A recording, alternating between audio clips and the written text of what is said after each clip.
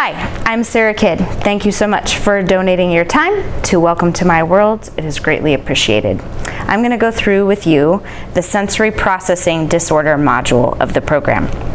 There is a script available for you that goes through everything you need to know. I would highly recommend looking through all of this. I would not recommend reading it word for word once you have students at your table. So what I like to do is when students come to the table, we talk about what our 5 senses are and what our senses' jobs are. Their job is to collect information about the world around us and then send that information to our brain. Our brain decides how to react or respond to that information. However, a person with sensory processing disorder has trouble getting that information to their brains, and then their brain receiving that information, how to respond to that. What's interesting about SPD is that it could be someone's primary disability, or it could be a secondary disability of someone who has autism or Down syndrome. Another important thing to remember is that not all people who experience sensory processing disorder experience it in the same way. So you can go through here and list some examples of hypersensitive and hyposensitive. This is all in your pamphlet, and kind of talk about that. You might have students who have seen students who, or people in their experiences or their families that experience this disability, and that's all great conversation.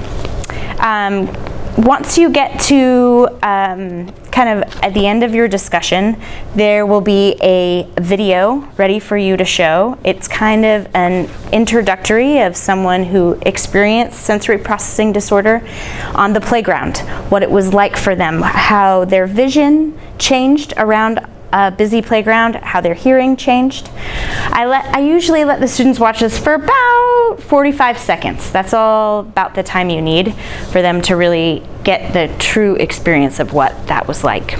Then we have a quick discussion about what that student, how his vision and his hearing changed when he got closer to loud noises on the playground, and what happened when he drew away from that. We also kind of discuss at the end of that video how that student's reaction might have been interpreted.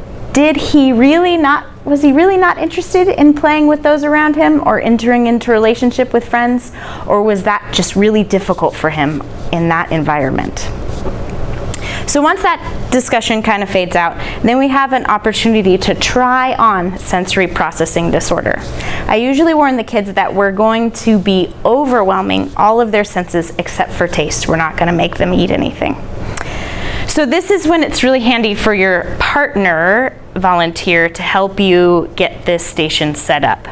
I have all of this usually pulled back away so we can have the discussion first and then bring out all the different pieces so there's not a lot of grabbing and wondering what things are.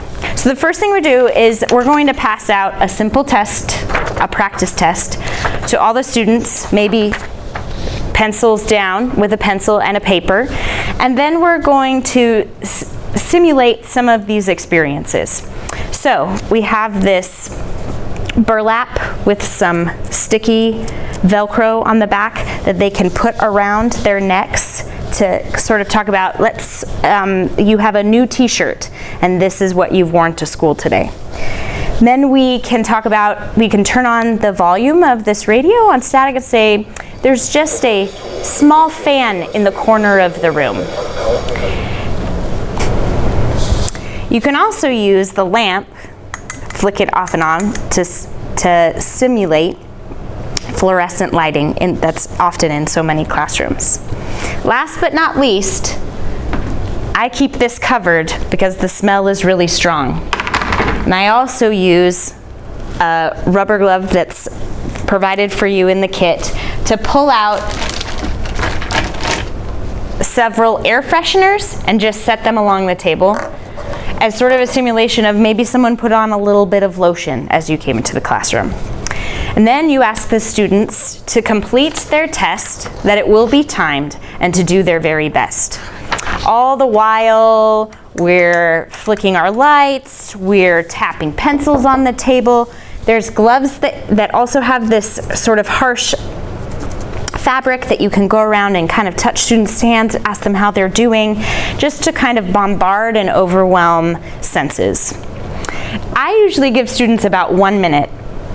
I turn everything off and say pencils down, and then I ask them to talk about if they feel that they did their best work on a simple task.